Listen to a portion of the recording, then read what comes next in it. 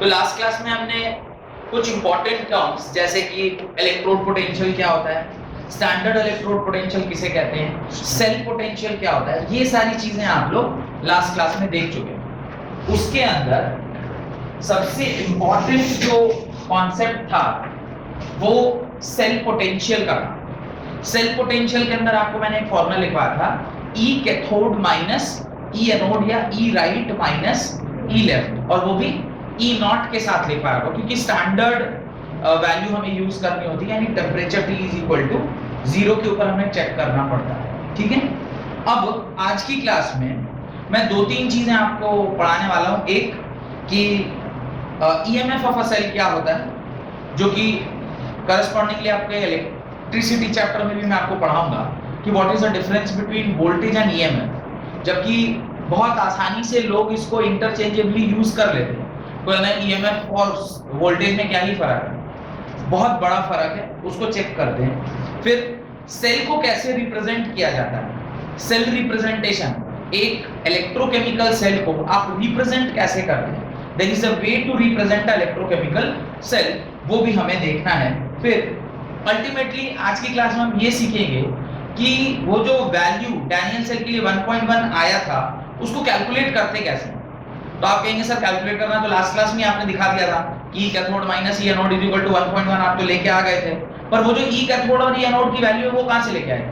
वो तो चोरी किए थे ना। वो कहां से चोरी किए थे? सीधे टेबल से चोरी किए थे। आज वो सीखेंगे कि वो टेबल से चोरी ना करके उसको मेजर कैसे किया जाता है। वो 0.34 और 0.76 ऐसी कुछ वैल्यू थी वहां, तो वो कैसे कैलकुलेट होता है उसको भी आज हम लोग सीखेंगे। और उसी क्रम में हम लोग स्टैंडर्ड हाइड्रोजन इलेक्ट्रोड के बारे में जानेंगे, SHE बोलते हैं, SHE स्टैंडर्ड हाइड्रोजन इलेक्ट्रोड, उसके बारे में जानेंगे। और इफ पॉसिबल टाइम परमिट करेगा तो इलेक्ट्रोकेमिकल सीरीज जो पूरी की पूरी आपकी वो इलेक्ट्रोड पोटेंशियल वाली जो वैल्यू है उसको भी आज हम लोग अपनी क्लास में लिखेंगे। तो इतना टारगेट करके आज हम लोग क्लास को स्टार्ट करें। हेडिंग डालिए इलेक्ट्रोमोटिव फोर्स या फिर EMF of a cell. Electromotive force या EMF of the cell, electromotive force या EMF of the cell. EMF of the cell.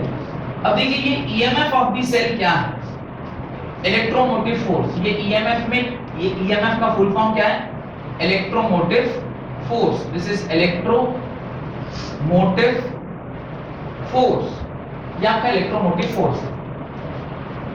Electromotive force और पोटेंशियल, मैंने आपसे बोला पोटेंशियल और इलेक्ट्रोमोटिव फोर्स के बीच में बहुत थोड़ा सा डिफरेंस होता है। What is that difference? कोई अगर जानता है तो बताएं कि what is the difference between EMF of a cell and voltage of a cell या potential difference of a cell. हाँ दिया, आप बताइए। हाँ कोई भी? हाँ बोलो। नहीं, सब ऐसे सुनने आ रहे हैं, राम कथा थोड़ी होगी। चलो बैठ गए सब और राम जी के और रामायण चल रहा है, सुनते चलो। हाँ तुम बताओ हीरो, सब्जी लेने वाले, चावल लेने वाला बोला, बेचने वाला नहीं। तो ईएमएफ क्या है, ध्यान से देखिए। डेफिनेशन क्या होता है वो तो मैं बाद में बताता हूं, पर पहले कंसेप्चुअली समझते हैं। पोटेंशियल डिफरेंस आप किसी भी पार्ट ऑफ द सर्किट के अक्रॉस निकाल सकते हैं। पोटेंशियल डिफरेंस निकालने के लिए आपको क्या चाहिए, एक रेजिस्टेंस चाहिए और उस पर्टिकुलर वायर में कितना करंट फ्लो कर रहा है वो चाहिए। तब आप इन दोनों को जब मल्टीप्लाई करोगे, यानी इन दोनों के अक्रॉस आप क्या लगाओगे, वोल्ट मीटर लगाओगे, तो आपको पता चल जाएगा कि ये IR जो इनका प्रोडक्ट है पोटेंशियल डिफरेंस उसके बराबर होगा। डन? यानी जब कभी भी हम पोटेंशियल डिफरेंस की बात कर रहे हैं उस particular part of the circuit में करंट का फ्लो होना मस्ट है। अगर करंट फ्लो नहीं कर रहा है देन आप पोटेंशियल डिफरेंस नहीं निकाल सकते, क्योंकि हम लोगों ने जो कल ओम्स लॉ पढ़ा था उसमें यही तो बताया था, करंट फ्लोइंग क्या होता है, ओम्स क्या कह रहा है, it states that the current flowing in a circuit is directly proportional to the potential difference applied across the circuit, keeping the physical parameters such as blah blah blah blah as constant। तो ये current का flow होना बहुत जरूरी है, और उस time जो आपका वैल्यू प्रोड्यूस होता है उसको हम क्या बोलते हैं, पोटेंशियल डिफरेंस। क्या लेकिन किसी भी बैटरी के बारे में जब हम बात कर रहे हैं, दिस इज सेल, इस सेल के बारे में हम बात कर रहे हैं, इसके अंदर कोई करंट फ्लो नहीं करती, there is movement of electron but there is no current flowing in the circuit. Current तो इसकी वजह से बाहर फ्लो कर रहा है बट इनसाइड में करंट फ्लो नहीं कर रहा है। तो उस टाइम पे जो इसके टर्मिनल्स के अक्रॉस, एक तो यहां और दूसरा यहां, इसके टर्मिनल्स के अक्रॉस जो पोटेंशियल डिफरेंस होगा, इसके टर्मिनल्स के अक्रॉस जो पोटेंशियल डिफरेंस होगा जिसके अंदर करंट फ्लो नहीं कर रहा है, यानी बैटरी जो बाजार में रखी हुई है, आप जो बैटरी खरीदने जाते हैं तो उसका एक अपना कैपेसिटी है ना। आप जो बैटरी लेके आए तो बोलते हैं ना भैया मेरे को पेंसिल बैटरी दीजिए, एक्चुअली आप 1.5 वोल्ट की बैटरी लेने गए तो वो जो उसका 1.5 वोल्ट बैटरी का पोटेंशियल है जो कि उसके दो टर्मिनल्स के अक्रॉस बिना करंट फ्लो किए, उसके इंटरनल केमिस्ट्री की वजह से, उस इंटरनल केमिकल्स की वजह से, उस दोनों इलेक्ट्रोड्स के बीच में जो आपके बैटरी के एक एंड पर क्या लिखा रहता है, ध्यान है ना बैटरी किस प्रकार की होती है, इस तरह का एवर रेडी ऐसा टाइप का रहेगा, यहाँ पे एक हल्का सा इस तरह से रहता है और एक एंड को जिस पर इधर पॉजिटिव और इधर नेगेटिव रहता है। तो क्या इसमें करंट फ्लो कर रहा है? बाजार में जो बैटरी रखी है उसमें करंट फ्लो कर रहा है but still it has a potential difference, क्योंकि इसके पॉजिटिव और नेगेटिव टर्मिनल है और उसके अक्रॉस कुछ ना कुछ तो पोटेंशियल डिफरेंस है। दैट पोटेंशियल डिफरेंस जिसमें कोई करंट फ्लो नहीं कर रहा, फिर भी वहां पे पोटेंशियल डिफरेंस जो है उसको हम क्या बोलते हैं, ईएमएफ बोलते हैं, दैट इज इलेक्ट्रोमोटिव फोर्स। और डिटेल में इसके बारे में हम लोग पढ़ेंगे जब हम लोग मैग्नेटिज्म के बारे में पढ़ेंगे, वहां पे हम लोग एमएमएफ या ईएमएफ के बारे में और डिटेल में पढ़ेंगे। पर जब कोई बैटरी के दो टर्मिनल्स के अक्रॉस जो पोटेंशियल डिफरेंस होता है जहां पे कोई करंट फ्लो नहीं कर रहा है, उस टाइम जो इसका पोटेंशियल होता है that is only known as EMF of the cell. तो अगर कोई बैटरी यानी अगर कोई सेल यूज में नहीं है, यूज में नहीं है मतलब आपने इसके अक्रॉस कोई लोड नहीं लगाया, यानी इसके अक्रॉस कुछ आपने अभी रेजिस्टेंस नहीं कनेक्ट किया है, ये ओपन है यानी ये खुला हुआ है, अभी जो इसके अक्रॉस पोटेंशियल डिफरेंस है that is known as EMF, that is known as EMF. लेकिन जब ये इसके साथ कनेक्ट हो जाएगा और इसके अक्रॉस क्या होगा, करंट फ्लो करने लगेगा, तब अगर मान लीजिए आप इसके अक्रॉस पोटेंशियल चेक कर रहे हैं तो ये क्या कहलाएगा, ये रेजिस्टेंस आर इसमें करंट आई कर रहा है, तो इसके अक्रॉस जो होगा वो क्या होगा, potential difference across the part of the circuit, circuit के अक्रॉस पोटेंशियल डिफरेंस आप निकालें। ये भी पोटेंशियल डिफरेंस है but with no current, this is also potential difference but with current. तो बेसिक डिफरेंस यही है, जब आप कोई बैटरी खरीद के लाते हैं उस टाइम जो उसका पोटेंशियल डिफरेंस होता है that is called as EMF of the cell. यानी जब हम लोग सेल फॉर्मेशन कर रहे हैं, वो हमने 1.1 वोल्ट जो डैनियल सेल बनाया है, वो जो सेल फॉर्मेशन हुआ तो वो उस पूरे सिस्टम बैटरी, यानी एक तरफ आपने कैटायन डाला, वो जिंक रॉड डाला, एक तरफ कॉपर रॉड डाला और उसके अक्रॉस अगर 1.1 वोल्ट आपको वोल्ट मीटर पे मिल रहा है, that 1.1 volt is EMF of the cell, उस पर्टिकुलर सेल का ईएमएफ है। फिर जब हम उसको यूज में लेने लगेंगे तब जिसके अक्रॉस उसको लगाएंगे वहां पर जितना ड्रॉप आएगा that will be called as potential difference across that particular load. पर ये अभी क्या कहलाएगा, EMF of the cell। तो डेफिनेशन लिखना स्टार्ट करिए, it is the potential difference, it is the potential difference when no current is drawn, it is the potential difference when no current is drawn from the system, no current is drawn from the system.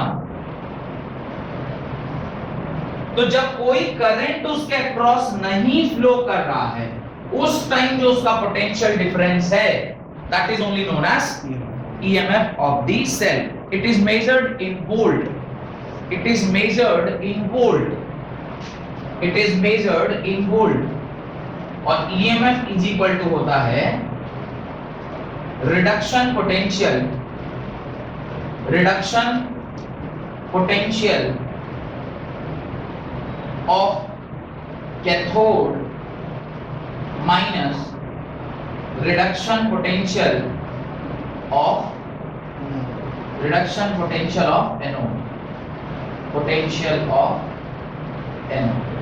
ये आप उसके नीचे लिख लें, ये diagram भी बना लीजिएगा और ये फॉर्मूला भी लिख लीजिएगा कि ईएमएफ क्या होता है, reduction potential of cathode minus reduction potential of anode.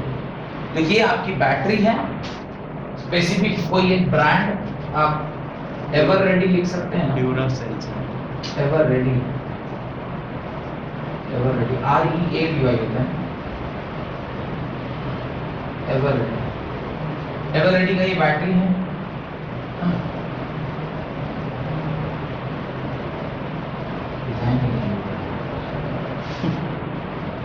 Ever ready का ये बैटरी है और इस बैटरी के अक्रॉस जब आपने लोड लगाया तो उस लोड के अक्रॉस जब पोटेंशियल निकला तो वो पोटेंशियल डिफरेंस, और इस बैटरी के दो टर्मिनल्स के अक्रॉस जब इसमें कोई करंट फ्लो नहीं कर रहा था उस क्षण पर जो इसका पोटेंशियल डिफरेंस है that is known as EMF of the cell. तो वोल्टेज दोनों ही है, पोटेंशियल डिफरेंस दोनों ही है, पर एक विद करंट और एक विदाउट करंट, ध्यान रखिएगा।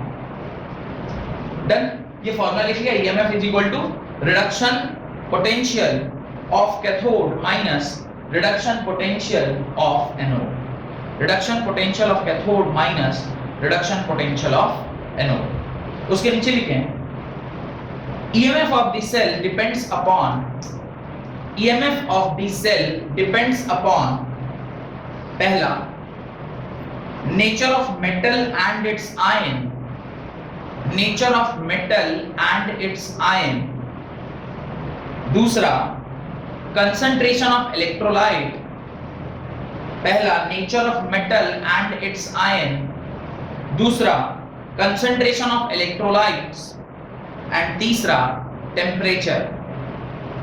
पहला nature of metal and it's ion, दूसरा कंसंट्रेशन ऑफ इलेक्ट्रोलाइट और तीसरा टेम्परेचर। तो कुल तीन बातों पर ये डिपेंड करता है आप कौन सा मेटल ले रहे हैं। मेटल लेंगे तो उसकी मोबिलिटी, क्योंकि मोबिलिटी से ही कंडक्शन है ना, आप वो डिसॉल्व किया तो डिसॉल्व किया तो वो आयंस में कन्वर्ट हुआ, आयंस में कन्वर्ट किया तो मूव किया, जितनी आसानी से मूव करेगा उतना अच्छा कंडक्टेंस होगा। तो क्या मेटल ले रहे हैं और उसके आयंस में जब वो परिवर्तित हो रहा है तो उसकी मोबिलिटी का फैक्टर वहां पे आता है। More the mobility of ion more is the current, क्योंकि जितना ज्यादा तेजी से वो आयंस में कन्वर्ट होकर मूव करेगा एक एंड टू अनदर एंड, उतना ही फास्ट वो करंट उसमें फ्लो करेगा। Second, concentration of electrolyte. Electrolyte क्या करता है? Electrolyte actually depends upon the degree of dissociation. आपको ये बात मैंने बताया होगा, there are 3 types of electrolyte, 3 तो से 2, strong electrolyte and weak electrolyte. जिसका डिग्री ऑफ डिसोसिएशन ज्यादा होता है उसको हम लोग स्ट्रॉन्ग इलेक्ट्रोलाइट बोलते हैं, यानी जो आयंस में बड़ी आसानी से क्या हो, टूट जाए। आयंस में टूटेगा तो उसकी मोबिलिटी क्या होगी, ज्यादा होगी। तो जिसका आयंस में टूटना ज्यादा होगा, यानी जो जिसकी मोबिलिटी ज्यादा होगी वो ज्यादा अच्छा कंडक्ट करेगा। तो इस हिसाब से कंसंट्रेशन ऑफ इलेक्ट्रोलाइट किसी का अगर ज्यादा है तो उसके डिग्री ऑफ डिसोसिएशन भी ज्यादा होगा, और डिग्री ऑफ डिसोसिएशन अगर ज्यादा हुआ तो वो फिर आसानी से कंडक्ट करेगा। इसलिए सेकंड जो पॉइंट आपने लिखा था कंसंट्रेशन, वो भी एक बहुत बड़ा फैक्टर है।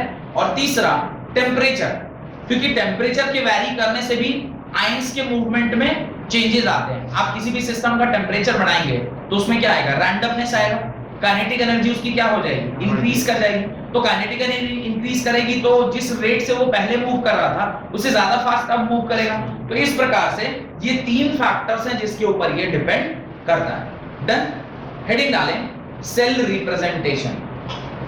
ये फोटो बना लिया, ये सब लिख लिया ना सबने, चलिए हेडिंग डालिए सेल रिप्रेजेंटेशन। अब सेल रिप्रेजेंटेशन का क्या मतलब है, जब कभी भी कोई इलेक्ट्रोकेमिकल सेल आपको दिया जाएगा तो उसका एक स्टैंडर्ड वे ऑफ रिप्रेजेंटेशन होना चाहिए। अगर आपका स्टैंडर्ड वे ऑफ रिप्रेजेंटेशन नहीं है तो फिर मैं अलग तरीके से लिखूंगा, दिया अलग तरीके से लिखेगी, आर्यन अलग लिखेंगे, अंजलि अलग लिखेंगे, शालवी अलग लिखेगी, सब लोग अपने अपने तरीके से लिखेंगे। नहीं, पर अगर सब लोग एक जैसा ही लिखें एक सेल का रिप्रेजेंटेशन, वो तो तभी संभव है ना जब आप एक स्टैंडर्ड फॉर्मूला बनाएं या एक स्टैंडर्ड तरीका बनाएं लिखने का। तो वो स्टैंडर्ड तरीका क्या है, पहले मैं आपको एक एग्जांपल देता हूं और फिर मैं उसको स्टेटमेंट में लिखवा दूंगा। तो आप पहले लिखिएगा मत, सिर्फ समझिए कैसे लिखते हैं। मैं स्पेसिफिकली किसके लिए लिख रहा हूं, मैं डैनियल सेल के लिए लिख रहा हूं। अब आप डैनियल सेल के लिए इसलिए लिख रहा हूं क्योंकि डैनियल सेल एक ऐसा सेल है जिसके बारे में आपको पता है कि इसमें एनोड क्या है, कैथोड क्या है, ये सारी जानकारी आपको है। तो डैनियल सेल को जब हम लोग रिप्रेजेंट करते हैं तो लेफ्ट साइड में क्या प्रेजेंट होता है, Zn। तो Zn सॉलिड लेफ्ट साइड से एक सिंगल लाइन डालते हैं, इसको इसके सॉलिड और उसके आयन से वैरी कराते हैं। तो इसको मैं Zn2+ लिखूंगा। जब मैं Zn2+ लिख रहा हूं तो उसके बगल में ये एक्वस होगा। एक्वस क्यों? क्योंकि इलेक्ट्रोलाइट में हमने डाला है और उस इलेक्ट्रोलाइट का जो कंसंट्रेशन है उसे मैं यहां पर C1 लिखूंगा। ये बात समझ में आ गई? This is Zn solid. Zn solid मतलब आपका जो इलेक्ट्रोड था, एनोड था, वो लिखा। उसके बाद उसके अंदर जो इलेक्ट्रोलाइट बना उसको लिखा। इलेक्ट्रोलाइट एक्वस था, ये सॉलिड था, और अगर वो एक्वस है तो उसका कुछ कंसंट्रेशन होगा, तो ये लिख दिया। फिर बीच में डबल डंडा डाला। डबल डंडा का मतलब होता है this is represented as salt bridge. इसका मतलब है ये क्या है? Salt bridge. अब ये आपका किस तरफ का रिप्रेजेंटेशन हो गया? लेफ्ट पार्ट का। तो this is the representation of half cell. कौन सा हाफ सेल था ये? Oxidation half cell. This was half cell for oxidation. तो ये ऑक्सीडेशन हाफ सेल हमने इस तरफ रिप्रेजेंट किया और दिख भी रहा होगा ऑक्सीडेशन हो रहा है। क्यों? 0 से ये नंबर बढ़ के कहां जा रहा है? +2 को। Number is increasing. If the number increases क्या हो रहा होता है? ऑक्सीडेशन हो रहा होता है। बीच में आ गया सॉल्ट ब्रिज। अब सॉल्ट ब्रिज के इस तरफ आप बताइए क्या हो रहा था? Cu2+ was converting into Cu2+, तो वो कुछ एक्वस रहा होगा और उसका कुछ तो कंसंट्रेशन रहा होगा। That Cu2+ was converting into what? Cu solid में वो कन्वर्ट हो रहा था। तो ये जो सेकंड पार्ट में हमने डाला है इस सॉल्ट ब्रिज के इस तरफ, this is half cell for reduction. ये रिडक्शन हाफ सेल हमने इस तरफ लिखा है।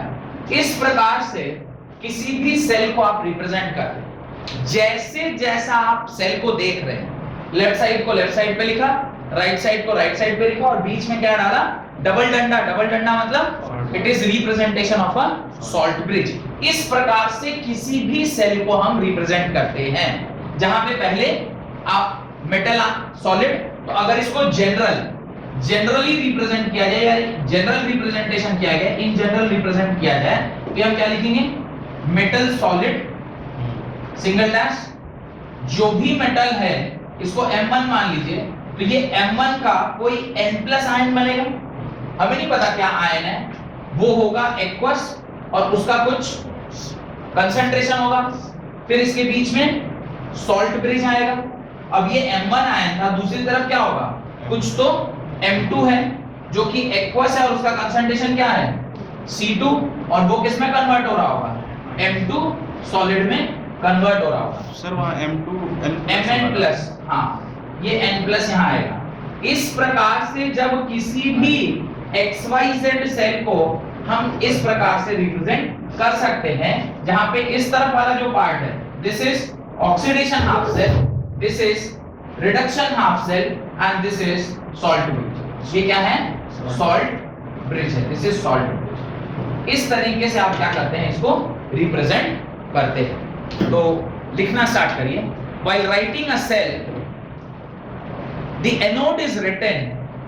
While writing a cell, the anode is written on the left and the cathode on the right.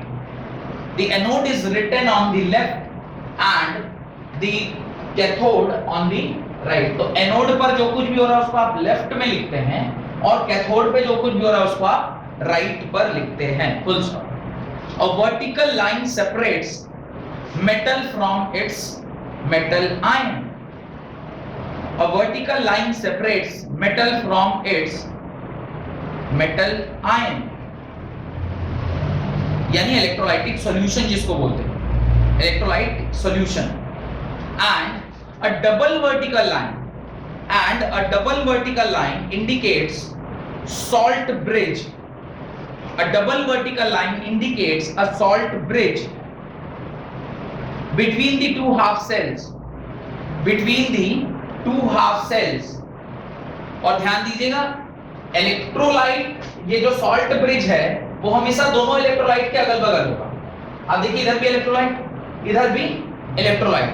तो आपको अगर मेरा डायग्राम ध्यान आ रहा है तो मैंने कैसे बनाया था? इस कॉर्नर में जिंक मेटल, फिर वो लिक्विड से फिर सॉल्ट ब्रिज, फिर लिक्विड के बाद मेटल आया था। ध्यान आ रहा है? जैसे बनाए हैं वैसे ही लिख देना है, तब ना सब लोग एक ही तरीके से लिखेंगे।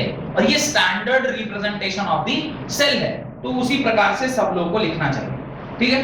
The state of metal and the solution, full stop देके लिखें, the state of the metal and the solution is written with the concentration of electrolyte.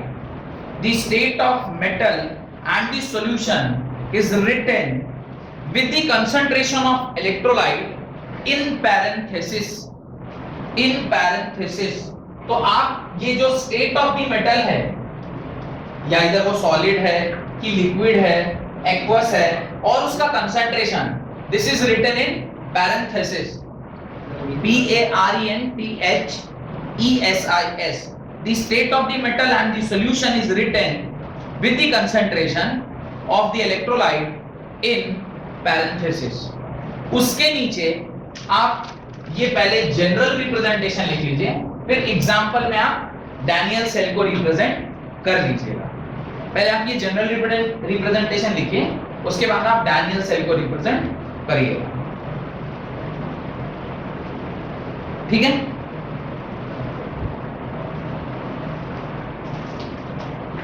ये पहले जनरल कंसंट्रेशन, जनरल एक्सप्रेशन लिखिए, और उसके बाद ये एग्जांपल डाल के आप डैनियल सेल को रिप्रेजेंट करिएगा।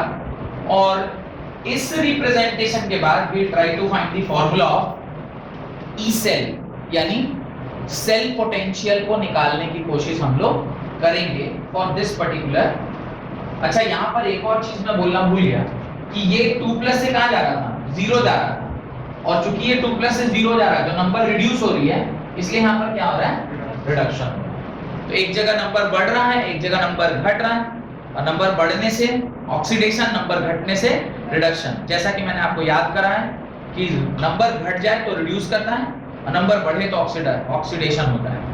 लॉजिक मैंने आपको पहले ही इसके बारे में बता रखा है, that is gain of electron and removal of electron या लॉस ऑफ इलेक्ट्रॉन। ये लॉजिक के मदद से ही आप लोग इसे समझ पाएंगे कि कैसे वो कहां पर रिडक्शन हो रहा है और कहां पर ऑक्सीडेशन हो रहा है। अगर जनरल एक्सप्रेशन आपने लिख लिया तो इसे मिटा दो, मैं जनरल एक्सप्रेशन लिख लिया ना सबने। ये सॉल्ट ब्रिज का लगना, जैसे जैसे आप लोग डायग्राम बनाए थे, ठीक उसी प्रकार से हम लोगों ने इसको क्या किया है, लिख दिया है 1/1, ठीक है। अब यहां देखिए, E not cell is equal to, मैं क्या लिखूंगा, E not cathode minus E not anode, E not anode, या मैं बोलूंगा E naught right minus E naught left. यही फॉर्मूला मैंने आपको बताया। अब ई सेल को रिप्रेजेंट करने का 3 तरीका होता है, मैं तीनों तरीका आपको दिखा देता हूं ताकि किसी भी एक तरीके से आपका काम चल जाए। अब या तो आप ई सेल लिखना है तो आप ई कैथोड माइनस ई एनोड लिखोगे, या आप ई राइट माइनस ई लेफ्ट लिखोगे। तीसरा वाला बड़े ध्यान से देखना, इसे ऐसे लिख सकते हैं, अभी मैं स्पेसिफिकली टू डैनियल सेल लिख रहा हूं, फिर उसका जनरल एक्सप्रेशन लिखूंगा। ये लिखा है E cell is equal to E naught, आप यहां पर लिखेंगे Cu2+ से copper minus E left, E left क्या लिखोगे आप, Zn से Zn2+। कोई दिक्कत? ये गलत है, यू कैनॉट राइट Zn से Zn2+, क्योंकि Zn से Zn2+ लिखेंगे तो वो ऑक्सीडेशन पोटेंशियल हो जाएगा। हम लोगों को क्या लिखना होता है, रिडक्शन पोटेंशियल लिखना होता है। ये बात मैंने आपसे लास्ट क्लास में भी बताया था कि हम ऑक्सीडेशन पोटेंशियल नहीं लिखते, हम क्या लिखते हैं, रिडक्शन पोटेंशियल। तो आपको लिखना होगा Zn2+ से Zn, ये आपको लिखना होगा, यही आपको लिखना होगा, ठीक है। एक छोटी सी गलती होगी, यहाँ पे एक्वस छूट गया, एक्वस ऐड कर दीजिए। तो अगर मैं इसी चीज को जनरल टर्म्स में लिखूं तो क्या लिखूंगा, ध्यान से देखें, E नॉट, ये इसको आपने M2 माना था, M2 Mn plus aqueous will convert into M2 solid minus E not ये m1 आपने माना था, तो m1 n plus aqueous will convert into m1 solid। ये क्या हो गया, एक और मेथड आपने सीख लिया of writing a particular formula for the E not cell. दोनों जगह याद रखिएगा, you have to use the value of reduction potential only, even if left side पर हो क्या रहा है, ऑक्सीडेशन हो रहा है, बट आपको वैल्यू क्या यूज करनी है, रिडक्शन। क्यों? क्योंकि सेल पोटेंशियल जब हम लोग पढ़ रहे थे तो वहां पे आईयूपीएससी ने क्या बोला है, स्टैंडर्ड क्या है, रिडक्शन पोटेंशियल है, और इसलिए ईएमएफ ऑफ द सेल में मैंने जो फॉर्मूला लिखवाया आप वहां जाके चेक करिए, आपको वहां क्लियरली दिखाया है EMF of the cell is equal to reduction potential of cathode minus reduction potential of anode. वहां ऐसा नहीं लिखा ऑक्सीडेशन पोटेंशियल लिख दीजिए, वहां क्या लिखा, रिडक्शन पोटेंशियल ऑफ एनोड लिखा। तो आपको याद रखना है कि आपको हमेशा जो वैल्यू यहां लिखनी है वो हमेशा क्या लिखना है, रिडक्शन पोटेंशियल ही लिखना है, इवन इफ उसका क्या हो रहा है, ऑक्सीडेशन हो रहा है। ऑक्सीडेशन ए क्या है, नेगेटिव साइन। हाँ, अब आप इसकी वैल्यू कहां से उठाएंगे, वो तो टेबल से मिलेगा। टेबल में रिडक्शन पोटेंशियल दिया रहता है, टेबल जो बना है, जो इलेक्ट्रोकेमिकल सीरीज बनाई गई है, वो हमेशा रिडक्शन पोटेंशियल से ही निकलता है, तो वहां से वैल्यू उठाएंगे तो डायरेक्ट उठा लेंगे। लेकिन अगर क्वेश्चन में आपके साथ कोई ट्रिक कर रहा है तो वो क्या कर सकता है, आपको ऑक्सीडेशन पोटेंशियल दे दे, और आप सवाल जब सॉल्व कर रहे हैं तो आप ऑलरेडी हाई प्रेशर पे रहते सवाल सॉल्व करते वक्त, तो उस टाइम अगर आपको ये ध्यान नहीं रहा कि मेरे को डायरेक्ट फॉर्मूला, डायरेक्ट वैल्यू नहीं उठाना है, चेक करना है कि ऑक्सीडेशन पोटेंशियल दिया हुआ है कि रिडक्शन पोटेंशियल। जैसे एक छोटा सा एग्जांपल ले रहा हूं, आपको एग्जाम में सपोज ऐसे दिया है E नॉट Zn से Zn2 प्लस, क्या दिया है, E नॉट Zn से Zn2 प्लस, और ये वैल्यू सपोज 0.76 दी हुई, तो ये ऑक्सीडेशन पोटेंशियल दिया, रिडक्शन पोटेंशियल, ये ऑक्सीडेशन पोटेंशियल है। लेकिन आपको क्या यूज करना है, आपको यूज करना है Z E not Zn2 plus से Zn, तो आपको क्या करना चाहिए, इसके सामने माइनस साइन यूज करना चाहिए। अब you can use this value on that particular place, you can not use this value, तो आपको लेकिन कंफ्यूज करने के लिए ये वाला वैल्यू भी दिया जा सकता है। अगर ऑक्सीडेशन पोटेंशियल दे रहा है तो first you need to convert that oxidation potential into reduction potential, और उसके बाद ही आप उसको फार्मूले में यूज करें। एक आध सवाल करेंगे, उसके अंदर आपको और क्लैरिटी आएगी इस बारे में, ठीक है। तो ये लिख लीजिए किस प्रकार से रिप्रेजेंट किया जाता है और कैसे, ये एग्जांपल में डालिएगा, ये किसका एग्जांपल है, डैनियल सेल का रिप्रेजेंटेशन, 1 2 3, 1 2 3, ये एग्जांपल है। अगर लिख लिए तो कोई फर्क नहीं पड़ रहा है, पर जहां भी लिखे उसके बगल में लिख लीजिएगा it is example for Daniel cell.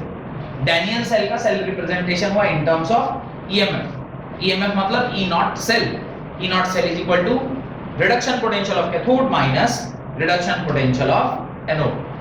Done, यहां तक सब लोग लिख लिए। अगला सवाल लिखें, right, formulate the electrochemical cell representing the reaction। Question लिखें,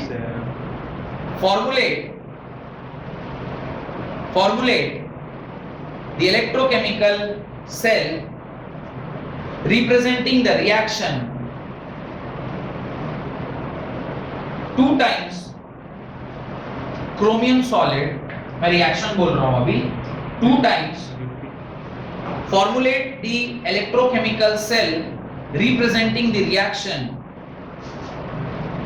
2 times chromium solid plus 3 times Fe2 plus aqueous gives 2 times chromium 3 plus aqueous gives 2 times chromium 3 plus aqueous plus 3 times iron solid plus 3 times iron solid।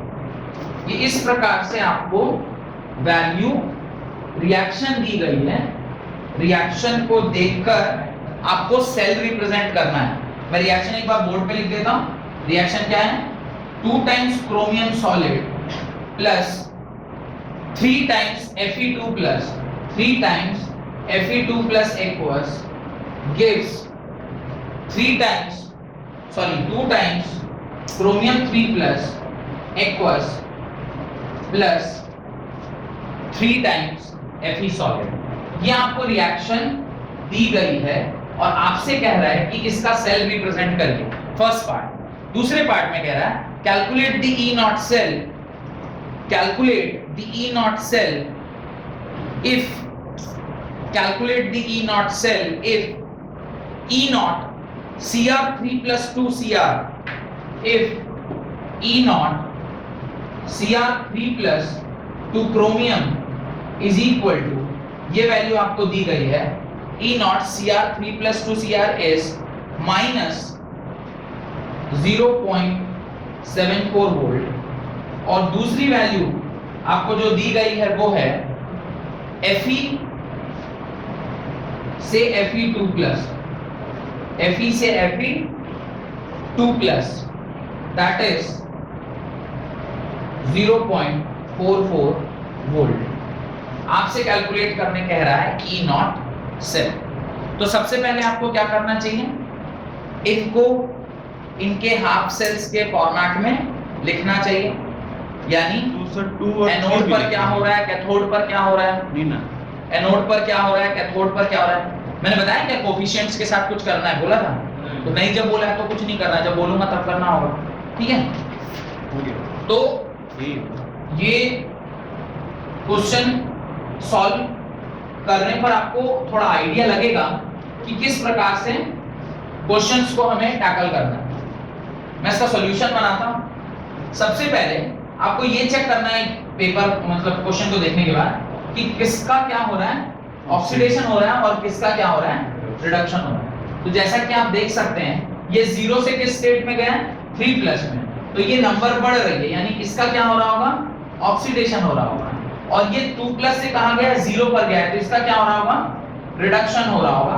तो सबसे पहले आप लिखेंगे at anode क्या हो रहा होगा, एनोड पर ऑक्सीडेशन होता है, तो आप लिखेंगे क्रोमियम जो है सॉलिड, वो किस में कन्वर्ट हो रहा होगा, क्रोमियम 3 प्लस एक्वस में कन्वर्ट हो रहा होगा with number of electrons that is 3 electron. Similarly आप एट कैथोड जब रिएक्शन लिखेंगे तो कैथोड पर क्या होता है, कैथोड पर Fe2 प्लस एक्वस कुछ इलेक्ट्रॉन्स को लेकर क्या बनाना होगा, Fe सॉलिड बनाना होगा, ये 2 प्लस 0 में कन्वर्ट हो रहा है। पहले तो आपको ये लिखना चाहिए, उसके बाद सॉल्यूशन लिख रहे हैं आप लोग, ये बना लिए ये वाला स्टेप। अब मैं इसके आगे, क्योंकि मुझे जगह चाहिए इसलिए मैं इसे मिटा रहा हूं, ठीक है? अब यहां तक लिख लेने के बाद आपको सेल को क्या करना है, रिप्रेजेंट करना है। तो चूंकि एनोड पर क्या है, तो आप लिखेंगे Cr solid single dash Cr3 plus aqueous, comma, क्या मुझे इस पर्टिकुलर केस में कंसंट्रेशन दिया हुआ, कंसंट्रेशन का कोई नॉलेज नहीं है। चूंकि कंसंट्रेशन नहीं दिया हुआ है तो आप वहां C1 ना लिख के सीधे ब्रैकेट बंद कर दीजिए। क्योंकि कंसंट्रेशन दिया होता तो कंसंट्रेशन की वैल्यू यूज करते, कंसंट्रेशन नहीं दिया तो उसकी वैल्यू यूज नहीं करना। फिर आपका सॉल्ट ब्रिज आ गया, सॉल्ट ब्रिज के बाद Fe2 प्लस एक्वस, यहां पे भी मुझे कंसंट्रेशन नहीं मालूम, फिर Fe सॉलिड। इस प्रकार से आपने सेल को रिप्रेजेंट करना है। तो ये आपका सेल रिप्रेजेंटेशन हो गया, डन। तो ये आपका आधा आंसर आ गया, आपने सेल को रिप्रेजेंट कर लिया। सर इतना नहीं लिख के डायरेक्ट ही लिख दिए तो डायरेक्ट ये बना दिया तो टीचर भी डायरेक्ट नंबर दे देगा, जैसे मैंने 3 नंबर का होगा तो 1 नंबर डायरेक्ट दे देगा। तो देखिए ये डायरेक्ट तो लिख, हाँ, आप कुछ भी कर सकते हैं। अगला देखिए, अगला आपको क्या करना है, E not cell is equal to E not cathode, ये second part of the question में चल रहा हूं, E not cathode minus E not anode. अब जरा चेक करिए, E नॉट कैथोड, कैथोड पर हो क्या है, इस तरफ एनोड होता है, इस तरफ कैथोड होता है, तो इसका पहले आप रिडक्शन पोटेंशियल आप अपने तरीके से लिख लीजिए। तो आप रिड्यूस कराना है, यानी ये नंबर क्या होना चाहिए, घटना चाहिए, और एक्चुअली में घट भी रहा है। तो आप लिखोगे Fe2 plus by Fe minus E not anode, anode पर हो तो रहा है ऑक्सीडेशन, पर आपको लिखना है रिडक्शन, तो आप लिखोगे Cr3 प्लस 2 क्रोमियम सॉलिड, यही लिखोगे ना, ये आपने लिख लिया। अब जब अपनी वैल्यूज के पास जाए, आपको E not Fe2 plus 2 iron चाहिए, और आपको दिया क्या क्या था, E नॉट Fe2 प्लस, तो यहाँ पर एक क्या लगाना पड़ेगा मुझे, माइनस साइन लगाना होगा 0.44 वोल्ट का माइनस। अभी नेक्स्ट क्या चाहिए आपको, सेम यही वैल्यू चाहिए, तो ये भी आ गया माइनस 0.74 वोल्ट। ठीक है, इसको सॉल्व कर लीजिए। माइनस 0.44 प्लस 0.74, मेरे ख्याल से आप इसको सॉल्व करेंगे तो 0.30 आना चाहिए, 0.30 वोल्ट ये आपका आना चाहिए। अब यहां से हमें दो चीजें पता चलेंगी। अभी क्या क्या पता चल रही है, पहली बात तो ये पता चल रही है कि ई नॉट सेल आपका पॉजिटिव आया। पॉजिटिव ई नॉट सेल आने का मतलब है कि सेल जो आपने बनाया था वो कारगर है, मतलब वहां से आप एक्चुअली में बैटरी की तरह उसको ऑपरेट कर सकते हैं। अगर नेगेटिव आता या जीरो आता तो फिर ये बैटरी की तरह यूज होने वाला सेल नहीं होता। तो वो हम लोग कंक्लूड करेंगे आगे चल के, जब सेल पढ़ लेंगे कि कैसे पोटेंशियल को मापते हैं, और फिर हम लोग देखेंगे कि क्या पॉजिटिव आने का क्या मतलब होता है, नेगेटिव आने का क्या मतलब होता है, और जीरो आने का क्या मतलब होता है। क्योंकि आंसर हमारा ऐसा पॉजिटिव आया है, तो मैं अभी यही बता दे रहा हूं आपको कि जब कभी भी पॉजिटिव आई नॉट सेल, मतलब समझ में आना चाहिए कि जो सेल हमने कंस्ट्रक्ट करा है जिस भी कंसंट्रेशन या जिस भी मेटल्स को लेके, वो सही सेल है जिसको हम बैटरी की तरह यूज कर सकते हैं। ये एक अच्छा इलेक्ट्रोकेमिकल सेल बन सकता है, पहली बात। और दूसरी बात कि जो वैल्यू आई है वो 0.30 वोल्ट कैलकुलेट करके आई है, तो ये आपका ई नॉट सेल का आंसर। इसमें नेगेटिव भी आ सकता है, बिल्कुल आ सकता है। नेगेटिव आएगा तो सेल क्या होगा, यूज करने योग्य नहीं होगा, वो इलेक्ट्रोकेमिकल सेल की तरह बिहेव नहीं करेगा। Then it will behave like electrolytic cell, तो फिर current will be flowing towards the electrode. अभी क्या हो रहा है, इलेक्ट्रोड से करंट आपको मिल रहा है, फिर बाद में क्या होगा, हम इलेक्ट्रोड को करंट देंगे, तो वो नेगेटिव का मतलब होता है। खैर ये तो मैंने आपसे लिखवाया भी हो कि if E external is greater than E cell, if E external is equal to E cell and if E external is smaller than E cell, ऐसे तीन केस लिखवाएंगे, केस 1, केस 2, केस 3। खैर, तो इस प्रकार से सवाल को कैसे सॉल्व करना है समझ में आया। अगर ये एग्जाम में आएगा तो अगर इतना ही आया तो ये 2 से 3 नंबर में आएगा, और 2 से 3 नंबर के लिए इतना तिगड़म आपको करना पड़ेगा। ठीक है, तो अगर ये ऐसा आता है तो आप आसानी से इसे सॉल्व कर लेंगे। सिर्फ ध्यान कहाँ रखना है, पहले खुद से लिख लीजिए अपने नॉलेज के हिसाब से, फिर वैल्यूज चेक करिए, देखिए कि जो आपको चाहिए वही दिया हुआ है या उसका कुछ अलग है। अगर अलग है तो फिर उसको एक नेगेटिव साइन लगाकर चेक माने चेंज कर लीजिए। ठीक है, यहां तक लिख लेने के बाद हेडिंग डालें measurement of electrode potential. Measurement of electrode potential, electrode को कैसे मेजर करते हैं, यानी अभी जो मैं आपसे बोल रहा हूं वो ये बोल रहा हूं कि ये जो आपने अभी लिखा Fe2+2 Fe is 0.44, ये कहां से आया। अभी तो ये हमने सीधे टेबल से यूज कर लिया ना, ये गिवन था, आपने उसको यूज कर लिया, पर ये वैल्यू कहां से आ रही है और इस वैल्यू के क्या-क्या मायने हैं, वो मायने तो मैं आपको बताऊंगा जब हम लोग वो टेबल आज बना रहे होंगे। अगर मैं वहां तक पहुंच पाया, शायद पहुंच ही जाऊंगा, लेकिन ये वैल्यू आई कहां से, ये मेरे लिए जानना बहुत जरूरी है कि 0.44 हम लोग पैदा कहां से कर रहे हैं। ठीक है, तो हेडिंग डालें मेजरमेंट ऑफ इलेक्ट्रोड पोटेंशियल। अब मेरे ख्याल से आपको ये डाउट नहीं होगा कि सर सेल पोटेंशियल क्या होता है और इलेक्ट्रोड पोटेंशियल क्या होता है। जब सिंगल एक इलेक्ट्रोड की पोटेंशियल निकाल रहे होते हैं तो उसको क्या बोलते हैं, इलेक्ट्रोड पोटेंशियल।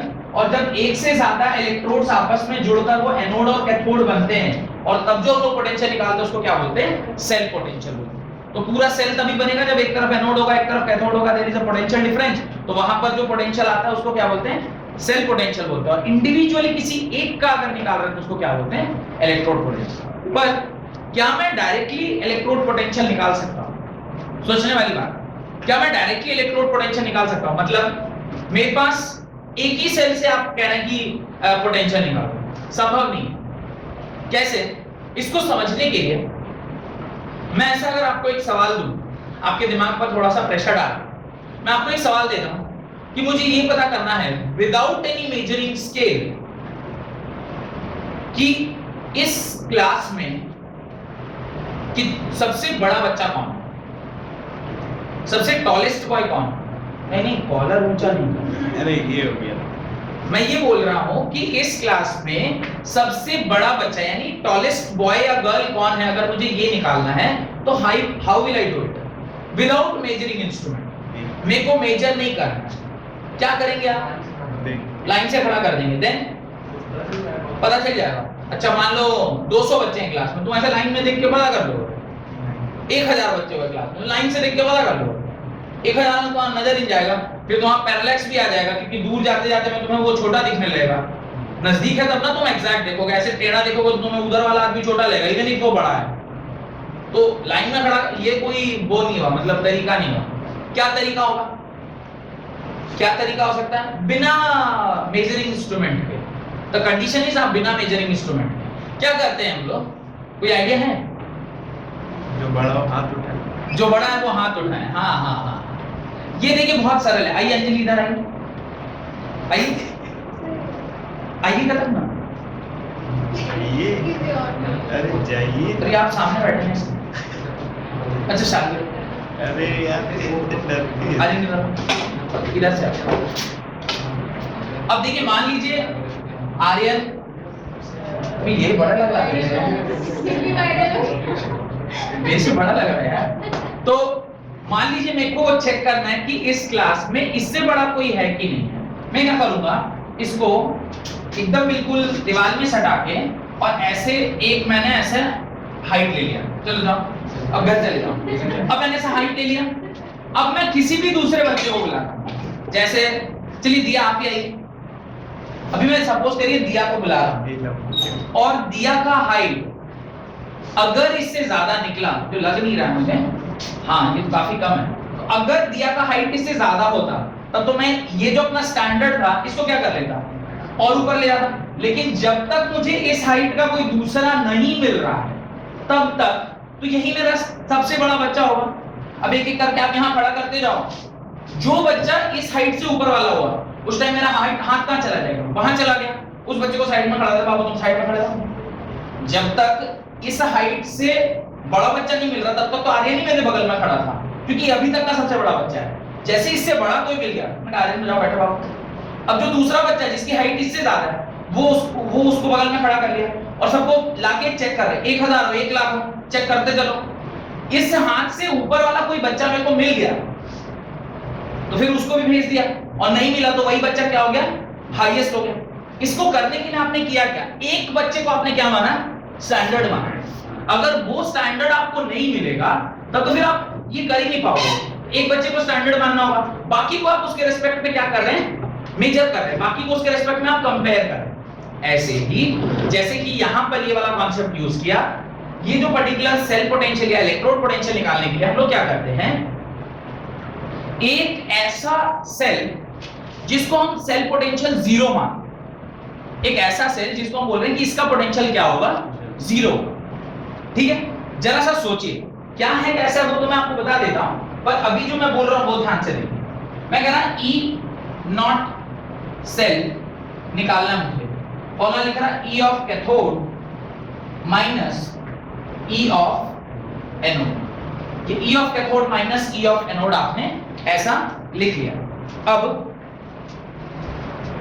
हमने कुछ ऐसी व्यवस्था की कि जो एनोड वाला साइड था उस साइड पर एक ऐसा पोटेंशियल वाला सेल डाला जिसका पोटेंशियल क्या हो, ऑलवेज 0। उसका पोटेंशियल क्या हो, 0 हो गया। तो अगर मान लीजिए ये वाला पोटेंशियल क्या हो गया, 0 हो गया, तो आप अगली लाइन में क्या लिखोगे, E not cell is equal to E not cathode, यानी कैथोड की साइड पर जो भी इलेक्ट्रोड आपने डाला है वो किसके बराबर हो जाएगा, E नॉट के बराबर। और E नॉट सेल हम कैसे कैलकुलेट करते हैं, विद हेल्प ऑफ वोल्टमीटर। आप देखिए वो डायग्राम ध्यान आ रहा है थोड़ा बहुत आपको, इस तरह का हमने ये इस तरह से 2 लिया था, फिर इस तरह का एक इलेक्ट्रोड यहाँ था, फिर एक इलेक्ट्रोड यहाँ हुआ करता था, फिर इस प्रकार से यहाँ पर इलेक्ट्रोलाइट, फिर इस प्रकार से यहाँ पर इलेक्ट्रोलाइट, फिर यहाँ एक सॉल्ट ब्रिज, थोड़ा थोड़ा ध्यान आ रहा है। फिर इसको इस प्रकार से आपने जोड़ा था और ये यहाँ पे कुछ लोड भी, चलो कोई नहीं, लोड देने की आवश्यकता नहीं। तो इस पर्टिकुलर सेल में जो आपने यहाँ पर बनाया है, ये जो पोटेंशियल डिफरेंस है वो यही है। अब अगर मैं इस तरफ, क्योंकि ये आपका कौन सा साइड है, एनोड साइड है, अगर मैं एनोड साइड पर एक ऐसा इलेक्ट्रोड ले लूं जिसका E नॉट एनोड क्या आ जाए, 0 आ जाए, तो अब जो इस पोटेंशियल मीटर में जो रीडिंग आ रही होगी वो किसके लिए आ रही होगी, ऑब्वियसली सिर्फ कैथोड के लिए। क्योंकि एनोड तो जीरो है, कि एनोड अगर जीरो हो गया तो ई of cathode minus E of anode क्या होता है? ई नॉट सेल्फ। आपने स्टैंडर्ड कुछ एक ऐसा ले लिया जिसका इलेक्ट्रोड पोटेंशियल क्या होता है? जीरो होता है, तो जो भी वैल्यू ये वोल्टमीटर आपको देगा वो कौन सी वैल्यू देगा? कैथोड की वैल्यू देगा, और वो कैथोड क्या होगा? सिंगल मेटल होगा।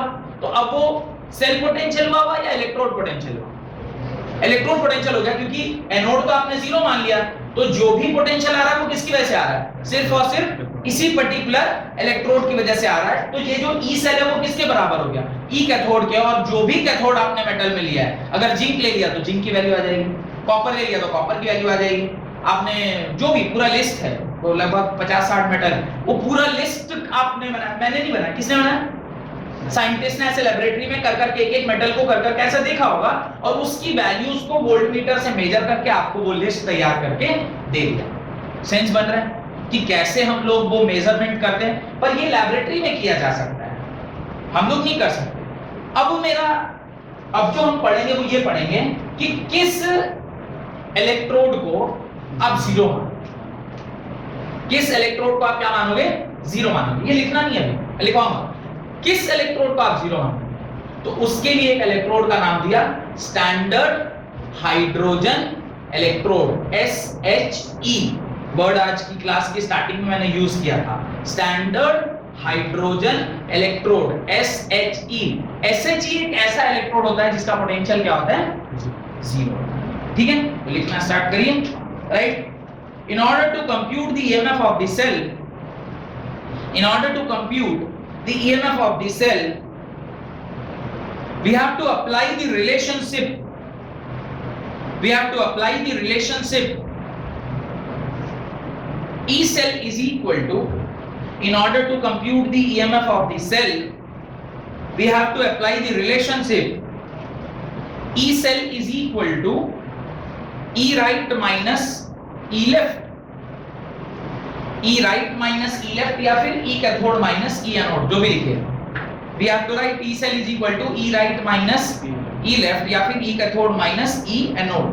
However, individual cell EMF cannot be measured.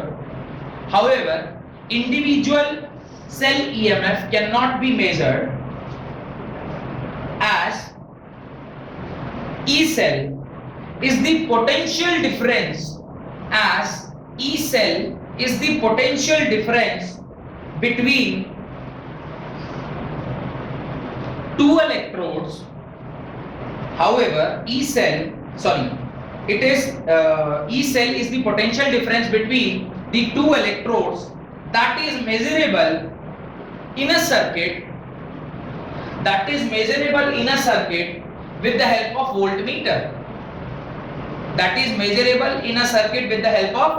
voltmeter, तो वोल्टमीटर की मदद से एनोड और कैथोड को जब आप एक साथ रखते हैं तो आप ई सेल कैलकुलेट कर पाते हैं। लेकिन ई सेल तो हमेशा कैथोड और एनोड दोनों चाहिए। तो अभी अगर मैं कोई ई सेल कैलकुलेट करना है तो मुझे कुछ ऐसा सोचना होगा कि इसमें से कोई एक क्या हो जाए? जीरो हो जाए।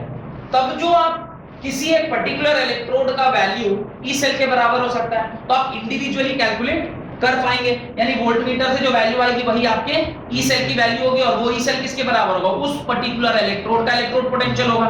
Therefore in order to measure the half cell potential, the other half in this setup, in order to measure the half cell potential, the other half cell in this setup has to be assigned an arbitrary value. The other half cell in this setup has to be assigned an arbitrary value. एक arbitrary value हम लोग assign करते हैं किसको?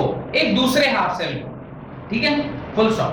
This is done by assigning a potential zero. This is done by assigning a potential zero called standard hydrogen electrode,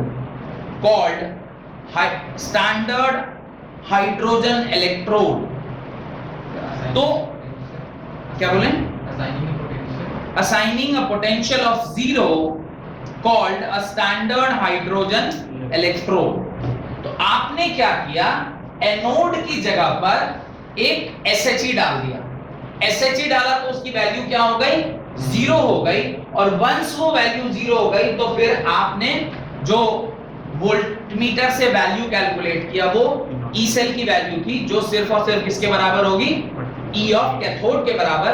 और ई cathode पे आप जो भी मेटल डालेंगे उस मेटल का पोटेंशियल आपको निकल के आ जाएगा। चाहे आप आयरन डालें, जिंक डालें, कॉपर डालें, क्रोमियम डालें, दुनिया का कोई भी मेटल डालें, जो साइंटिस्ट लोगों ने डाल के ये टेबल इलेक्ट्रोकेमिकल सीरीज का तैयार किया है, जहां पे each and every individual metal का आपको इलेक्ट्रोड पोटेंशियल पता होता है। डन? ये बात समझ में आ गई? कैथोड भी तो जीरो कर सकते हैं। किसको, इसको जीरो कर सकते हैं, कर तो इसको भी सकते थे, पर अगर करते तो फिर वो नेगेटिव वैल्यू आती ना, तो इसलिए क्यों नेगेटिव वैल्यू हम ढूंढ के लाएंगे, इसलिए पॉजिटिव वैल्यू। और इसलिए हम लोग, चूंकि ये सारा वैल्यू हम लोग एनोड को जीरो करके ला रहे हैं कैथोड से, कैथोड पे होता क्या है, रिडक्शन, इसलिए सारा रिडक्शन पोटेंशियल है। अगर वो इसको जीरो करके उस पे लाए होते तो एनोड का वैल्यू होता ऑक्सीडेशन, तो फिर ऑक्सीडेशन आता तो थोड़ा कॉम्प्लिकेटेड हो जाता। तो जो स्टैंडर्ड माना गया उसी के हिसाब से हम लोग कैलकुलेट कर रहे हैं। तो लिखें देयरफॉर, पैराग्राफ चेंज करके, the potential difference recorded in the voltmeter, therefore the potential difference recorded in the voltmeter is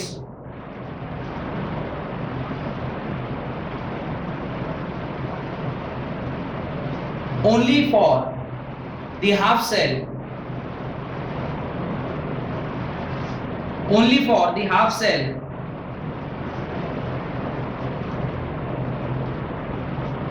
only for the half cell that is cathode, that is cathode।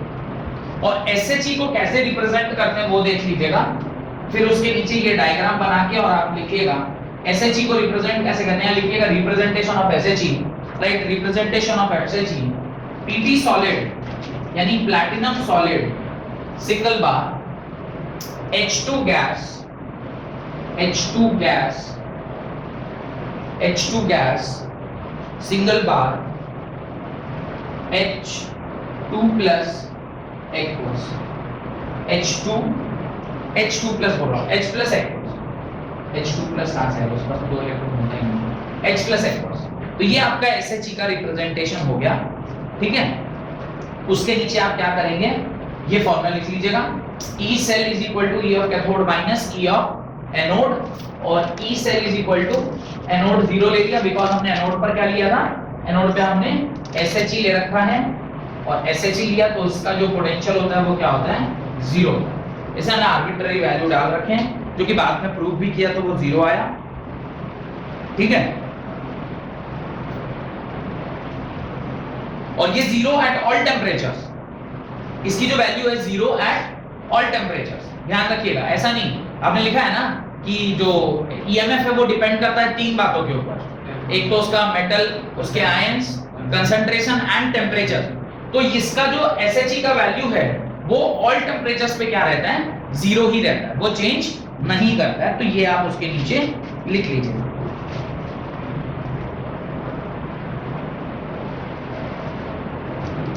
Done. ये platinum solid जो हमने लिखा है इसकी जगह पे हम कई बार गोल्ड भी यूज कर सकते हैं। रीजन है कि जो भी आप यूज करिएगा यहाँ पे इलेक्ट्रोड, वो कैसा होना चाहिए, इनर्ट होना चाहिए। तो platinum, gold, these are inert gases, inert metals. Inert metals मतलब ये नॉन रिएक्टिव होते हैं। गोल्ड बहुत रेयरली रिएक्ट करता है ना, कुछ 10 सालों में वो काला होता है। चांदी साल, 1.5 साल, 2 साल में काला होता है। पर अगर आप एक आयरन रॉड रख दें तो वो 1-2 महीने में खत्म हो जाएगा। काला छोड़ दीजिए, वो खत्म ही हो जाएगा। पर आप देखते होंगे कि मम्मी लोग जो ऑर्नामेंट्स हैं उसको हर 10 साल, 5 साल, 6 साल के बाद एक बार जाके उसको वो कराती है ना, क्या कहते हैं, polish. Actually it is not polish, we put that particular ornament in a solution known as aquaresia। aquaresia में आप डालते हैं और उसको वहां से निकाल लेते हैं, 3:1 के रेशियो में मिलाते हैं नाइट्रिक एसिड और sulphuric acid. Sulphuric acid is Raja of all acids, king of all acids. नहीं, ये सब कौन सी कक्षा में पढ़े थे, हमें को भी याद है 10th में पढ़े थे। नहीं, ये सब ध्यान है। तो वो सॉल्यूशन में डाल के उसको तो वो ऑक्सीडाइज बहुत लेट करता है, 5 साल 10 साल में ऑक्सीडाइज करता है। चांदी काला होने में उसको लग जाता है 2 साल या डेढ़ साल, 1 साल तो प्लस लग ही जाता है। 1 साल में काला होता है। काला होना मतलब ऑक्साइड फॉर्मेशन, ब्लैक जो उसके ऊपर कलर उसका ब्लैक हो जाता है, दैट इज ऑक्साइड फॉर्मेशन। लड़कियों के पास भी जनरली कुछ ना कुछ तो गोल्ड रहता ही नहीं, इनके गले में गोल्ड, इनके कान में गोल्ड। ओहो, आपका सिल्वर है, किसी का तो गोल्ड है, कहीं और बहुत बड़ा भी गोल्ड भी है। दिया रिच किड, इतने बड़े बड़े गोल्ड।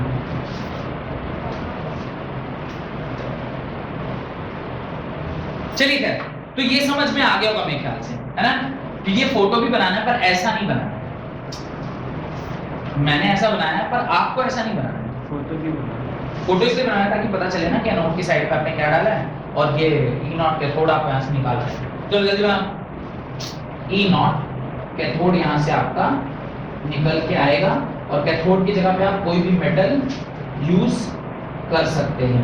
जल्दी जल्दी बना लीजिए, इतना डायग्राम बनाना मतलब बहुत ज्यादा उसको सुंदरता देने की आवश्यकता नहीं है, उसको ऑर्नामेंट्स पहनाना नहीं है, बस बना लीजिए diagram. Then coming to the last part of today's class. अब ये मेरे को ये समझ में आ गया अब कि ये जो वैल्यू E0 सेल आपने लिखा है, जहां पे आप E0 right minus E0 left, जब आप डैनियल सेल के लिए लिखे तो डैनियल सेल में राइट साइड पे क्या लगाया था हमने? कैथोड। राइट साइड पे कैथोड लगाया, राइट साइड पे कैथोड होता है, लगाया क्या था? कॉपर। और कॉपर की वैल्यू क्या है? तो कॉपर की वैल्यू है Cu2+ दैट इज 0.34, तो ये 0.34। अब मेरे ख्याल से आपको समझ में आ रहा है कि ये 0.34 कैसे कैलकुलेट किया गया होगा। जब इस पर्टिकुलर सेल में 0.34 ऐसे तो नहीं आया होगा, ये वैल्यू आया होगा, आपने E लेफ्ट को क्या कर दिया होगा 0, तो आया होगा E right is equal to E cell, और E सेल की वैल्यू कितनी रही होगी 0.34। ये कहां से पता चला होगा? वोल्ट मीटर से। तो वोल्ट मीटर में 0.34 आया, इसे हमने कॉपर के लिए क्या लिख दिया 34 लिख दिया। सिमिलरली E लेफ्ट जो था वो कितना था माइनस 0.76। ये सारी वैल्यूज आप कहां से लेकर आए हो? उस पर्टिकुलर टेबल से, जो कैसे निकालना है उसका फंडा मैंने अभी आपको बता दिया, और तब जब आप इसे सॉल्व कर रहे हैं तो आपकी वैल्यू क्या आ रही है 1.1 वोल्ट। ये E0 सेल है 1.1 volt for the Daniell cell. Done. ये दोनों वैल्यूज हम लोगों ने कहां से निकाला? टेबल से निकाला है। तो आप हेडिंग डालें इलेक्ट्रोकेमिकल सीरीज, हेडिंग डालें electrochemical series and its application, and its application, electrochemical series and its application। तो इसके एप्लीकेशन पार्ट को मुझे लगता है शायद मैं नेक्स्ट क्लास में बोल पाऊंगा, आज सिर्फ और सिर्फ हम लोग उस टेबल को लिख लेते हैं। इलेक्ट्रोकेमिकल सीरीज का एप्लीकेशन मैं आपको अगली क्लास में दिखाऊंगा, राइट। पहले इलेक्ट्रोकेमिकल सीरीज का डेफिनेशन लिखिए, the arrangement of various standard, the arrangement of various standard half cells in the order of the arrangement of various standard half cells in the order of their decreasing value, in the order of their decreasing value of standard reduction potential is called electrochemical series, electrochemical series. तो मैं इस line को वापस से एक बार और repeat कर रहा हूं, ध्यान से देखिएगा। The arrangement of various standard half cell in their order of decreasing value of standard reduction potential. दो बातों को अंडरलाइन करिए, एक तो डिक्रीजिंग ऑर्डर, एक उसने बोला ये जो सजाया गया वो कैसे सजाया गया डिक्रीजिंग ऑर्डर। और किसका डिक्रीजिंग ऑर्डर है? स्टैंडर्ड रिडक्शन पोटेंशियल का। स्टैंडर्ड रिडक्शन पोटेंशियल का डिक्रीजिंग ऑर्डर में जब हम उसके हाफ सेल के वैल्यूज को सजाते हैं ऊपर से नीचे, वो जो अरेंजमेंट है उसी को हम क्या कहते हैं? इलेक्ट्रोकेमिकल सीरीज कहते हैं। डन।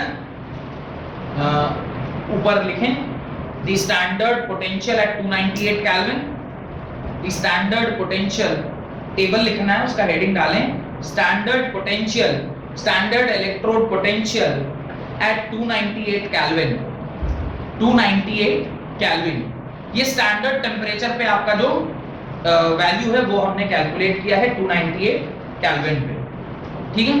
रिडक्शन पोटेंशियल लिखना है, इसलिए आप रिएक्शन लिखें और उसकी वैल्यू, तो इस तरह आप लिखेंगे रिएक्शन, टेबल के लेफ्ट हैंड साइड पर आप लिखेंगे रिएक्शन और एक्सट्रीम राइट में आप लिखेंगे ईएमएफ या E not half cell, EMF या E not half cell. Reduction potential आप लिखेंगे ई नॉट हाफ सेल, ये आपने लिखना है। उसके अंदर सबसे पहला लिखें F2 gas, F2 is fluorine, F2 gas जैसे I2 होता है ना, I2 क्लोरीन से F2 gas plus 2 electron gives 2F minus, gives 2F minus. पहला रिएक्शन लिखा है F2 gas plus 2 electron gives 2F minus, इसकी वैल्यू है 2.87, इसकी वैल्यू है 2.87।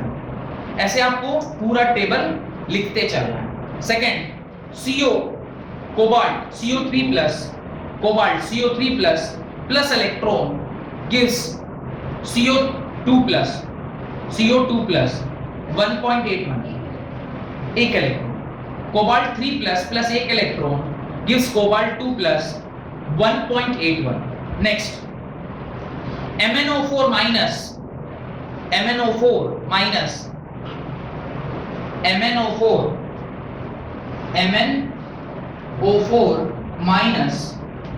MnO4 minus plus 8H plus 2 electron, sorry 8H plus 5 electron, 8H plus 5 electron gives Mn2 plus 4 water, Mn2 plus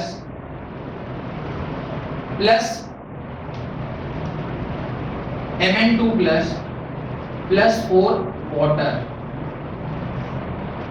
value लिखिए 1.51, value is 1.51। Next Au3 plus gold 3 plus 3 electrons gives Au solid और वो 1.40 के बराबर, 1.40 के बराबर। Next Cl2 gas plus 2 electron, Cl2 gas plus 2 electrons gives twice of Cl minus, gives twice of Cl minus, इसकी value 1.36। Next Cr2O72 minus, Cr2 chromate ion है ये, Cr2O72 minus, Cr2O72 minus plus 14H plus 6 electron gives twice of Cr3 plus 7 water, twice of Cr3 plus 7 water, 1.33। next O2 gas plus 4 times H plus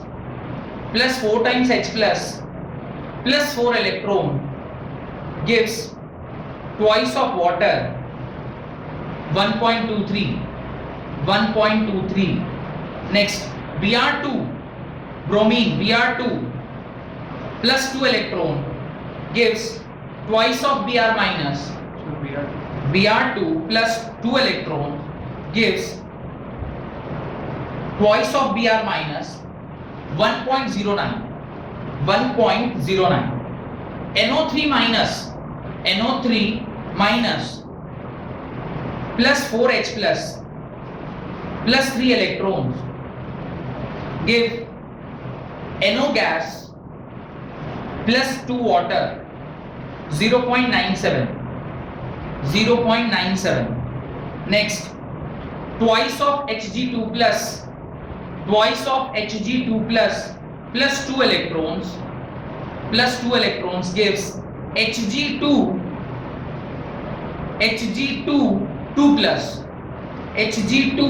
plus 0.92। मेरे ख्याल से Hg2 2 plus का मतलब आप समझ रहे हैं, Hg2 ऊपर 2 plus, तो जब मैं एक लगातार जो चीजें बोलता हूँ ना वो नंबर साथ में रहती है, और जो बाद में बोल रहा हूँ वो आयन है। ये मेरे ख्याल से अब तक तो आपको समझ में आ गया होगा। Hg plus electron gives Hg solid बोल रहा हूँ, Ag plus electron gives Ag solid, Hg नहीं Ag plus electron gives Ag solid, इसकी value 0.80। Next Fe3 plus electron gives Fe2 plus 0.77। Next I2 plus 2 electrons gives 2I minus, I2 plus 2 electron gives 2I minus 0.54। Cu plus electron gives Cu solid 0.52। next Cu2 plus 2 electrons gives Cu solid 0.34। अब आपको समझ में आया ये 0.34 मैंने कहां से चुराया है? इसी टेबल के इसी लाइन से चुराया है। Cu2 plus 2 electrons gives Cu solid का रिडक्शन पोटेंशियल कितना था? 0.34 था। मैंने नहीं, सारी दुनिया इसी टेबल से इस वैल्यू को यूज करके और फिर सेल पोटेंशियल कैलकुलेट कर रहे हैं। आगे लिखें AgCl solid plus electron gives AgCl solid plus electron gives Ag solid plus Cl minus 0.22। AgBr next AgBr solid plus electron gives Ag solid plus Br minus 0.10। twice of H plus 2 electrons gives H2 gas। twice of H plus 2 electrons gives H2 gas 0.00 volt. ये SHE में आपने पढ़ा था। SHE में क्या पढ़ा था? PT solid single bar H2 gas single बार H plus aqueous. इसका अगर आप सेल रिएक्शन लिखोगे तो क्या लिखोगे? H2, आप इसका सेल रिएक्शन लिखोगे तो क्या लिखोगे? H twice of H plus 2 electrons gives H2 gas. ये लिखोगे ना आप इसका सेल रिएक्शन। तो अगर आप इसको सेल रिएक्शन में लिख रहे हैं तो यहां पर ये नंबर प्लस से कहां जा रही है? 0। If the number is going from plus से 0, ये क्या हो गया? रिडक्शन पोटेंशियल, और रिडक्शन पोटेंशियल की वैल्यू कितनी थी? 0। ये कैलकुलेट करके हमारे साइंटिस्टों ने हमें बताया। और चूंकि ये एनोड पे लगा था तो अगर ये तो हमने लिखा रिडक्शन पोटेंशियल के हिसाब से, पर चूंकि ये लगा कहां था? जब आप सेल पोटेंशियल कैलकुलेट कर रहे थे तो ये लगा कहां था? एनोड पर कि कैथोड पर? एनोड पर लगा था। तो एनोड पर लिखते तो इसकी रिएक्शन क्या लिखते? H2 gives twice of H plus 2 electron। ये 0 से नंबर बढ़ रहा है, और बढ़ रहा है मतलब क्या होता है? ऑक्सीडेशन। तो आप एनोड पर लिखते तो उसकी रिएक्शन क्या लिखते? ऐसे लिखते। तो एट एनोड लिखते तो ऐसे, लेकिन हम एनोड पर नहीं लिख सकते क्योंकि हमें इसकी वैल्यू कैसे चाहिए? ऑक्सीडेशन में नहीं चाहिए, हमें रिडक्शन में चाहिए, इसलिए रिडक्शन में इसकी वैल्यू 0.00 लिखी गई है। अभी सेंस लग रहा है, थोड़ा आइडिया लग रहा है कि जो हम लोग पढ़ रहे थे वो एक्चुअली सारा कुछ इसी टेबल से ही सब कुछ आया है। आगे टेबल को कंटिन्यू करिए। Pb2 plus 2 electron gives Pb solid। Pb2 plus 2 electrons gives Pb solid minus 0.13 ठीक है। आगे देखिए, नेक्स्ट आगे देखें। Sn2 plus 2 electrons gives Sn solid minus 0.14। next Ni2 plus plus 2 electrons gives Ni solid minus 0.25. Minus 0.25. Next, Fe2 plus 2 electrons gives Fe solid minus 0.44.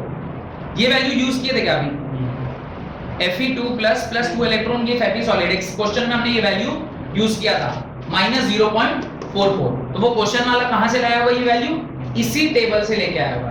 यानी ये table आपको याद रखना ऐसा नहीं है कि आपको टेबल याद नहीं रखना है, ये वैल्यूज आपको दी गई होंगी, पर उस वैल्यू का मतलब क्या होता है वो जानना आपके लिए जरूरी है। कैसे पोटेंशियल बढ़ रहा था, फिर बढ़ते बढ़ते धीरे धीरे घटने लग गया, घट के कहां आया? जीरो आया, और फिर जीरो के बाद क्या होने लग गया? नेगेटिव होने लग गया। ये सारा कुछ मैं आपको अगली क्लास में समझाऊंगा। इस टेबल को इंटरप्रेट करेंगे। आज सिर्फ हम लोग इस टेबल को बना रहे हैं, अगली क्लास में इस टेबल को मैं आपके लिए इंटरप्रेट करूंगा कि वैल्यू क्या क्या इंफॉर्मेशन हमें दे रही है। अभी आपको सिर्फ इतना पता है कि एक वैल्यू है माइनस 0.44 वोल्ट। ये वैल्यू मुझे क्या क्या ज्ञान दे रहा है, इसके नेगेटिव होने का क्या मतलब है, इसके 0.44 होने का क्या मतलब है, ये वैल्यू घटती है तो क्या होता है, ये वैल्यू बढ़ती है तो क्या होता है, ट्रेंड क्या है, रिडक्शन क्या है, ऑक्सीडेशन, सारा कुछ इससे हम लोग निकाल सकते हो, उसको हम लोग चेक करेंगे। आगे लिखिए, Cr3 plus 3 electron gives Cr solid. Cr3 plus 3 electron gives Cr solid minus 0.74. Next, Zn2 plus 2 electrons. Zn2 plus 2 electrons gives Zn solid minus 0.76. ये वैल्यू यूज किए देगा minus 0.76। आपने डैनियल सेल को कैलकुलेट करने में जिंक का जो potential use किया था वो minus 0.76 ही यूज किया था। Next, twice of water plus 2 electrons gives H2 gas plus twice of OH minus minus 0.83 minus 0.83. Next, aluminium 3 plus 3 electrons. Aluminium 3 plus 3 electrons gives aluminium solid minus 1.66 minus 1.66. Next, Mg2 plus 3 electron. Mg2 plus 2 electrons gives Mg solid minus 2.36 minus 2.36. ये 3 plus electron है कि ये 2 electron, no, Mg2 plus 2 electron gives Mg solid minus 2.36. Na sodium plus electron gives sodium solid.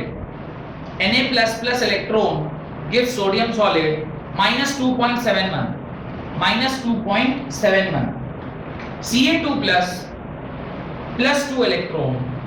Ca2 plus 2 electron gives Ca solid minus 2.87. K plus electron. K plus electron gives K solid minus 2.93 minus 2.93. And lastly, Li plus 1 electron. Li plus 1 electron gives Li solid minus 3.05 minus 3.05. जो इसकी सबसे बड़ी reduction value थी वो कितनी थी? 2.87, और जो सबसे छोटी वैल्यू है वो कितनी है? minus 3.05। यानी अगर कोई सेल इन एक्सट्रीम आयंस को लेकर बनाया गया तो जो सबसे बड़ा पोटेंशियल हम बना सकते हैं वो लगभग 6 वोल्ट के आसपास है। अगर आप इन दोनों से मिलकर कोई अगर बनाएंगे, इन दोनों पोटेंशियल यानी इन दोनों रॉड्स को, आप एक तरफ क्या ले रहे हैं? फ्लोरीन ले रहे हैं, और दूसरी तरफ क्या ले रहे हैं? लिथियम ले रहे हैं। तो इनसे बना हुआ जो इलेक्ट्रोड यानी इनसे बना हुआ जो सेल बनेगा उसका पोटेंशियल लगभग 6 वोल्ट के आसपास आएगा, जो मैक्सिमम है, इससे बड़ा कुछ भी नहीं है। अगली क्लास में हम लोग सीखेंगे कि ये जो वैल्यूज हैं इसका क्या मतलब है, ये क्या इंफॉर्मेशन हमें दे रही है। ठीक है, तो बहुत बहुत धन्यवाद आज की क्लास अटेंड करने के लिए।